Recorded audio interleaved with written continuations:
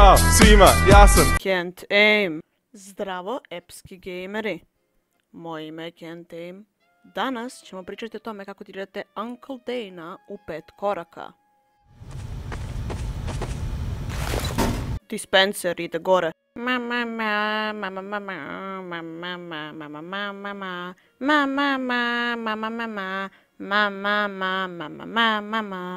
Inženjer je jedna od najkomplikovanijih klasa u TF2, jer ima 3 tipa buildinga, 4 ako brojimo mini sentrije. I zbog toga sklanjam deo za inženjer vs inženjer deo, što kada se to vama u životu desilo, i dodajem kako koristi svaki building. Ok, hajdemo krenemo na loadout. Primary. Za razliku od drugih klasa, inženjer koristi shotgun kao svoj primary, a ne kao secondary, tako da su većina shotguni. Tako da, bez više oduživanja, hajdemo da krenemo. Shotgun. Kao i za druga stok oružja, samo je tu i stvarno ništa posebno. Frontier Justice. Ovaj shotgun ti daje 3 metka u klipu, ali za svaki assist za sentry gunom dobijaš 1 zagarantovani crit, a za svaki kill sa sentryjem dobijaš 2. Ovaj shotgun na prvi pogled izgleda kao balansiran sa igri shotgunu, a onda sjetiš da postoje random critovi. Widowmaker. Ne taj ženski snajper iz Overwatch koji ima vrlo zanimljive slike na internetu, nego ovaj shotgun koji ako znaš da ga dobro koristiš može imati beskonačno metala. Za svaki shot koji pukneš gubiš 30 metala, ali svaki bolt damage jednak jednom metalu.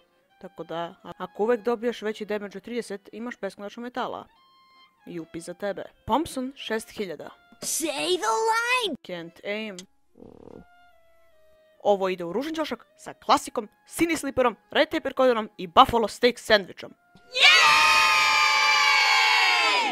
I na kraju Panic Attack. Ovaj shotgun je dobro za sve klase koji ga koriste osim inženjera. Tako da nije toliko dobro nažalost. Secondary. Pištolj. Isto kao svaki stock weapon. Tu je i radi bang bang. Wrangler. Dopušti da kontroliše svoj sentry i daje mu štit. Da, ovo je definitivno najbolji secondary. Short Circuit. Očekujte da i ovdje kažem da ide dužan ćošak. Ali u stvari je ovo dobar secondary ako drugi tim ima onoliko soldera i deomena kao što je Amerika imala u Vijetnamskom ratu. Melee. Stock wrench. Ajde, šta mislite da ću ovdje da kažem? Samo je tu i okej je. Jack. Kao stock wrench koji upravo pošmrkao kokain. Kao stock wrench koji upravo popio puno kafe. Dobar je ako si, što bi Čika Kimster rekao, I'm fast as fuck, boy! Sudden Hospitality. Isto kao stock wrench, samo da je bleed damage na 5 sekundi po udaru, ali te pyro i da litaju brže. Dobar cajkrit. Eureka efekt. Ovo je najbolji wrench da se najbrže mogući setupuje vaše buildinge u setup time-u, ili ako igrate vrlo specifičan zombie game mod na community serverima. Pod 2. Aim. Ovdje stvarno nema ni o čemu da se priča. Čak i Wrangler ima integrisani aimbot. Tako da, idemo odmah na movement. 3. Movement. I ovdje nema ničeg specijalnog, osim jedne stvari, sentry jumpovanje. Može iskoristiti Wrangler i da pugnete rakete u svoje nogi i da poletite u visine. Vrlo epski. Pod 4. Vs ostale klase. Ovdje stvarno nema mnogo se kaže. Ti si kao inženjer samo sporija verzija brzog dečka iz Bostona, tako da si u 90% slučaja ubijen. Osim ako lik nije spy. Onda je 50-50. Pod 5. Kako koristiti svaki building? Sentry. Ima 2 tipa sentrija, sentry gun i mini sentry. Prvo ću pričati o sentriju. Košta 130 metala, ima 3 nivoa. Prvi nivo daje 8 damage po metku i puca 4 metka po sekundi, s totalnom municijom od 150. Drugi nivo ima 8 damage po metku, puca 8 metka po sekundi i ima municiju od 200. I treći nivo, koji ima sve što ima i sentry, samo što ima bazuke. Sve postaje cool kada na njega dodaš bazuke, zar ne? Sada na mini sentry, koji ima 50% bolji fire rate od level 1 sentrija i koša samo 100 metala.